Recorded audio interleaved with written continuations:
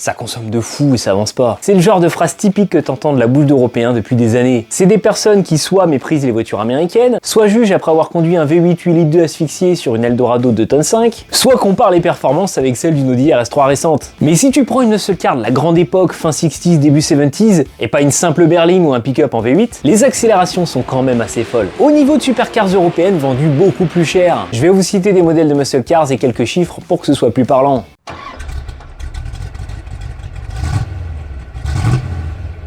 On va déjà remettre les choses dans le contexte de l'époque et dans le contexte actuel. Aujourd'hui, les supercars thermiques, comme les Lamborghini Huracan ou Porsche 918 Spider, abattent les 0 à 100 km/h en s'approchant d'une moyenne de 2 secondes 5. Une sportive plus classique et plus abordable, comme une Porsche 911 Carrera ou une BMW M3, tourne autour des 4 secondes en moyenne. Après, les voitures électriques, c'est une autre histoire, on est dans de la performance instantanée qui détruit assez facilement la plupart des modèles thermiques. Mais la technologie est totalement différente et en tant que passionné, il y a une métaphore qui convient très bien. La cuisson micro-ondes, c'est plus rapide, mais ça n'aura jamais la même saveur qu'une cuisson au grill. La performance sur l'électrique, c'est rigolo quelques minutes. Tu tapes quelques launch control, tu vomis, et tu cherches vite une borne de recharge parce que l'autonomie a chuté. T'as l'effet de la poussée, le coup de pied au cul, mais pas de montée en régime, pas de moteur qui gueule, pas de passage de rapport. Je trouve ça assez chiant et linéaire.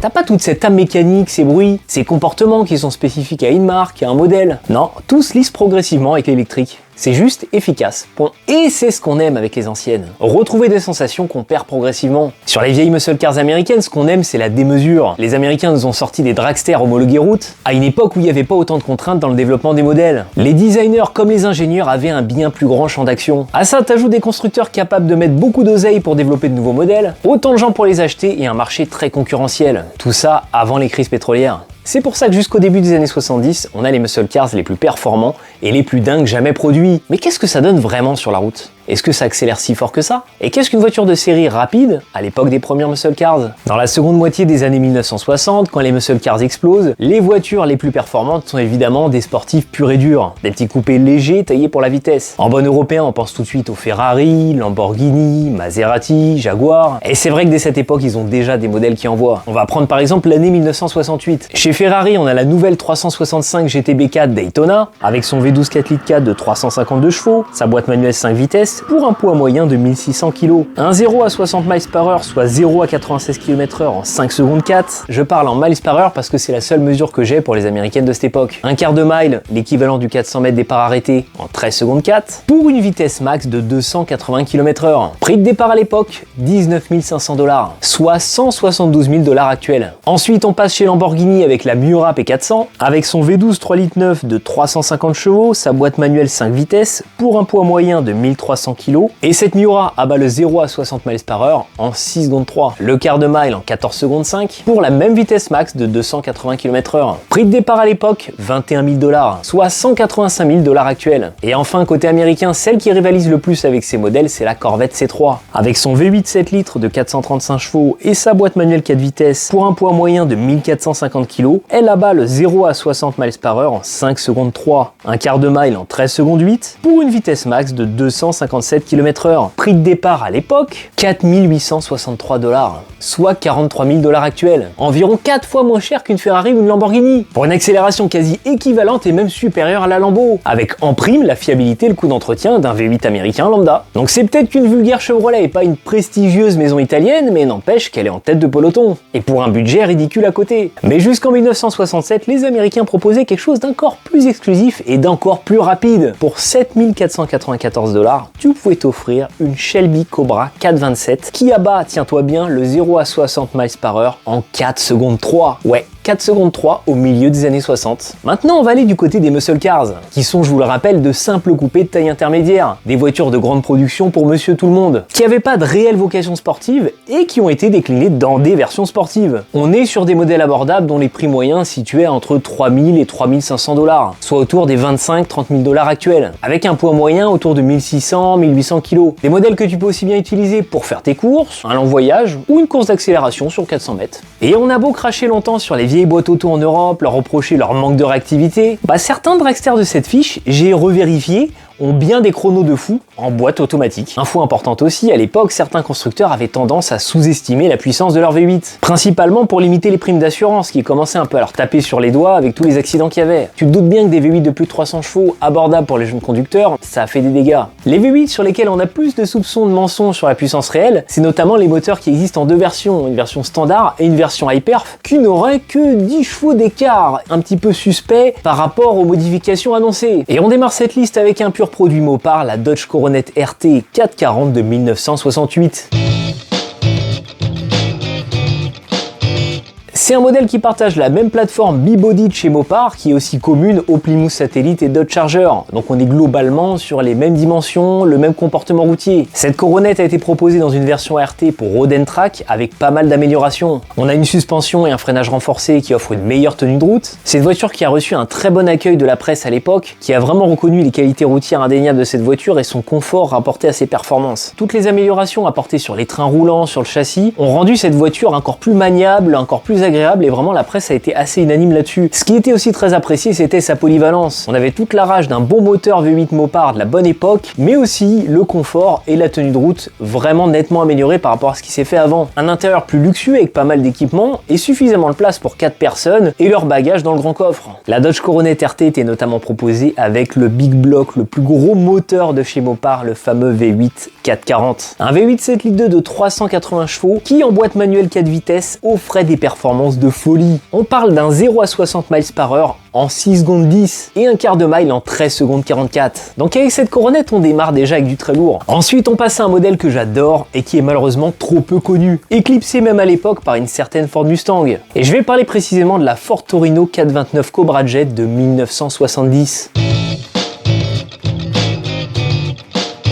En fait, dès le départ sur le papier, ce projet de Torino Cobra Jet était très simple, détruire la concurrence. Le marché de la muscle cars en 1970, il est juste à l'apogée. On a GM et Mopar qui dominent quasiment ce marché avec des modèles de plus en plus puissants. Et là, clairement, Ford, il faut qu'ils sortent du lourd. On va donc avoir droit à des brochures publicitaires avec une Ford Torino Cobra Jet jaune poussin, bien visible à 15 km, avec capot noir mat, avec plein de petites décos tape à l'œil, et surtout sous le capot, un Big Block déjà bien connu sous le capot des Ford Mustang, le 429, dans sa configuration la plus énervée. On pouvait avoir une Torino Cobra avec un V8 429 de base de 360 chevaux, ou la version avec un taux de compression plus élevé de 370 chevaux. Ça me paraît quand même un peu suspect d'avoir si peu d'écart, alors que beaucoup de choses ont été faites entre les deux versions.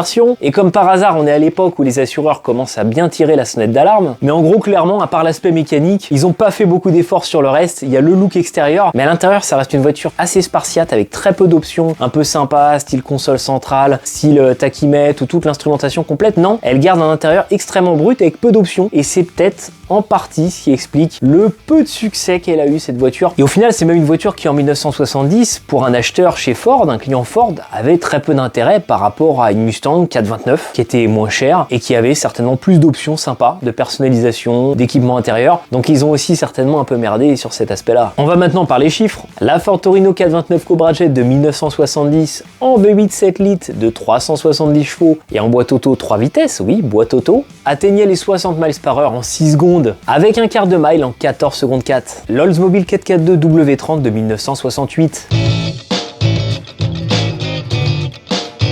C'est un des dérivés de la fameuse plateforme A-Body GM de 1968 à 1972 qui est pour moi peut-être un des meilleurs châssis GM de l'époque, le plus équilibré, meilleur compromis à tous les niveaux par rapport à ce qui se faisait au sein des constructeurs américains de cette époque. La 442, c'est la déclinaison sportive muscle car de l'Oldsmobile Cutlass. Et pourquoi 442 ? À l'origine, sur les premières 442, c'était un hommage au fait que le modèle soit équipé d'un carburateur 4 corps, d'une boîte manuelle 4 vitesses et d'une double ligne d'échappement. Et quelques années après, on a changé la recette et expliqué que le 4x2 faisait référence au moteur de 400 pouces cubes, au carburateur 4 corps et à la double ligne d'échappement. Un marketing un peu foireux, ils ont justifié comme ils pouvaient. Et à partir de 1968, on a un nouveau V8 donc de 400 pouces cubes qui n'est pas le même qu'il y avait l'année précédente, qui est un moteur encore plus couplé à bas régime, encore plus impressionnant puisqu'il récupère l'arbre à cam de ce qui sera plus tard le futur V8 455 Oldsmobile. Le V8 400 pouces cubes de base affichait une puissance de 325 chevaux, mais il y avait aussi une option W30 qui permettait d'obtenir un moteur avec quelques modifications, une admission qui a été améliorée, un arbre à cam différent, un système d'échappement modifié qui permettait de passer à 360 chevaux. Et en chiffres, ça donnait quoi? En boîte manuelle 4 vitesses, cette 4x4-2 atteignait le 0 à 60 miles par heure en 5 secondes 7 et le quart de mile en 13 secondes 3. Suite à un problème technique, me voici le lendemain. La Chevrolet Chevelle Malibu SS 396 de 1968.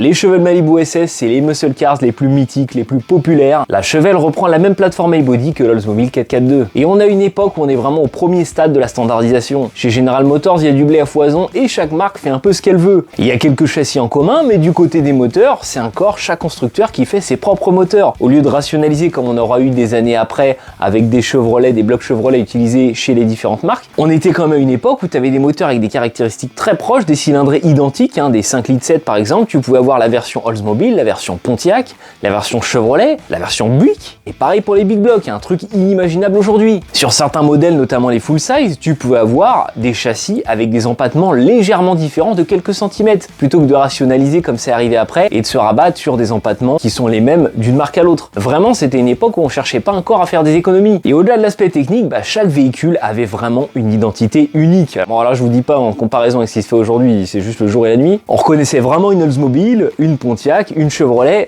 malgré qu'elles aient pour certaines des éléments communs comme le châssis. Et en 1968, le bloc qui arrache tout chez Chevrolet, c'est le V8 396 6 litres 5 de cylindrée de 350 chevaux. En boîte manuelle 4 vitesses, il abat le 0 à 60 miles par heure en 6 secondes et le quart de mile en 13 secondes 6. Ouais, je sais, je me suis planté dans le classement, cette Chevelle est moins rapide que la 4x4-2. Dans la seconde moitié de 1969, ce moteur V8 396 est amélioré et sa cylindrée passe à 402 pouces cubes. Mais malgré tout, le constructeur va continuer à badger ses véhicules 396 pour pas trop paumer la clientèle. Buick GS 455 Stage 1 de 1970.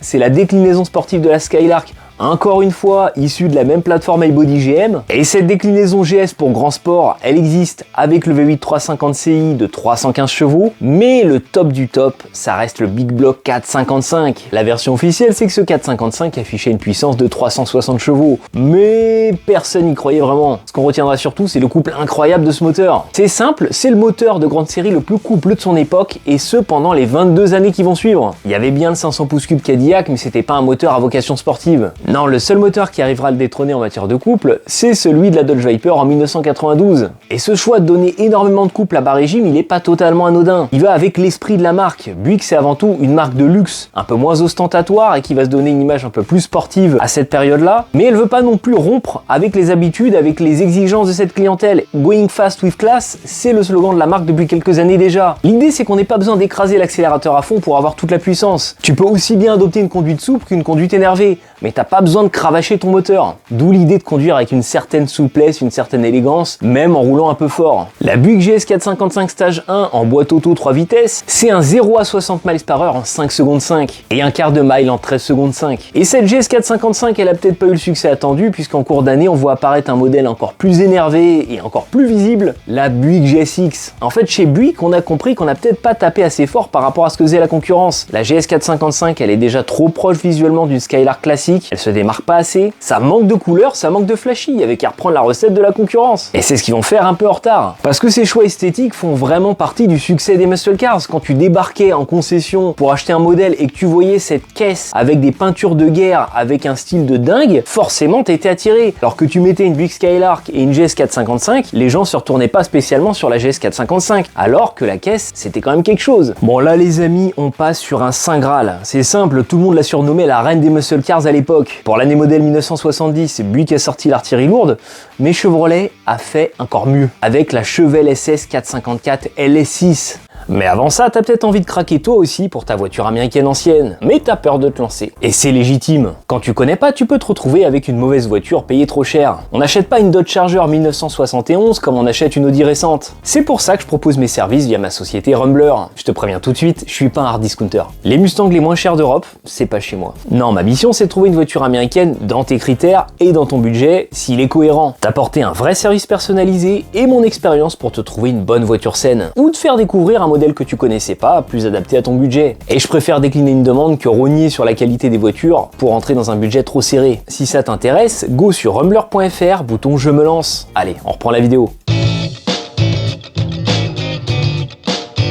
Là c'est bon, Chevrolet veut plier le game des muscle cars. Chevrolet nous sort un des plus gros blocs de muscle car en termes de cylindrée et de puissance. Le V8 454 LS6, c'est 7,5 litres de cylindrée et 450 chevaux en 1970. Pour l'occasion, GM a même retiré une ancienne règle qui interdisait l'utilisation de big block dans des modèles de taille compacte et moyenne. Mais vraiment, faut vous imaginer, quand le 454 sort, c'est une tuerie. On a la marque la plus populaire d'Amérique du Nord qui sort le moteur le plus fou. C'est un moteur bruyant avec une super mélodie et qui serait incroyable à conduire.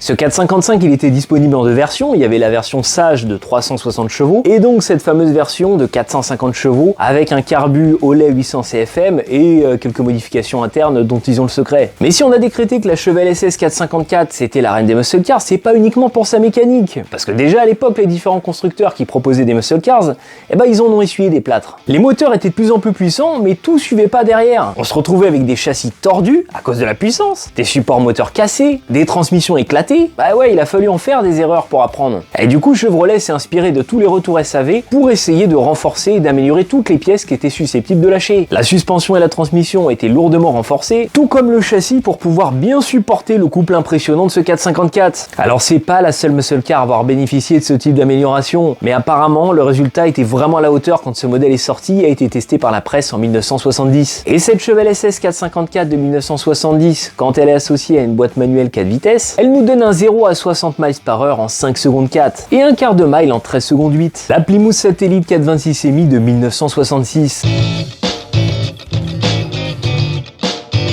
Alors là, on entre dans les prémices des muscle cars Mopar. C'est vraiment au milieu des 60s que Chrysler va nous sortir des voitures aux performances incroyables. On a des puissances brutes folles avec des moteurs au tempérament jamais vu, avec des comportements routiers assez sains et maniables pour l'époque. Et puis on apprécie vraiment la polyvalence de ces voitures qui sont aussi confortables qu'elles sont puissantes et qui extérieurement ne donnent pas l'air d'être des voitures aussi brutales. C'est les ancêtres des sleepers. Après on parle pas de la voiture de Monsieur Tout-le-Monde non plus, on a quand même un 426 Mi sous le capot qui était une option assez chère à l'époque et qui relève plus du moteur de course que du moteur de grande série. Et pourtant, la presse a été relativement étonnée de constater que malgré ce qui était annoncé, il se conduit plutôt bien, on peut vraiment rouler à la cool et profiter de beaucoup de couples, et puis si on a envie de taper dedans, on y va, et on n'est pas déçu. Et avec ce V8 426 Mi 7 litres de 425 chevaux, en boîte manuelle 4 vitesses, la Satellite nous fait un 0 à 60 miles par heure en 5 secondes 3, et un quart de mile en 13 secondes 8. On continue avec les moteurs EMI, mais cette fois-ci sous le capot de la Plymouth Roadrunner de 1969. Ce modèle-là, je vous en ai déjà parlé maintes et maintes fois, tout simplement parce que je restaure un modèle de 1971, mais en 1969, on est encore sur la première génération, sur les débuts d'un modèle qui est révolutionnaire. Révolutionnaire sur plein d'aspects, mais notamment sur un qui est quand même très important, c'est ce modèle a vraiment démocratisé le muscle car, en proposant un modèle dépouillé à prix plancher pour casser le game. Clairement, il n'y a que Plymouth à l'époque qui pouvait te permettre, avec ce budget-là, t'offrir un vrai dragster homologué route. L'option EMI était quand même pas donnée pour l'époque, mais déjà avec le 383 de base, t'avais de quoi fumer pas mal de caisses sur la route. En fait, chez Mopar, ils se sont bien rendus compte à cette époque qu'il y a une clientèle qui se fichait d'avoir une voiture bling bling avec plein de chrome, avec plein d'options esthétiques, plein d'options de confort intérieur, des vitres électriques, etc. Non, certains voudraient juste une voiture à prix plancher dépouillée, minimum d'options, mais juste le plus gros bloc moteur et un ensemble un peu renforcé pour la piste. Uniquement des options performance. Et ça a été un carton. En plus, t'ajoutes à ça le super marketing. Oui, parce que Roadrunner, c'est juste le titre original de Bip Bip et Coyote, le fameux cartoon. Et ils ont basé toute la communication sur ce dessin animé qui était hyper populaire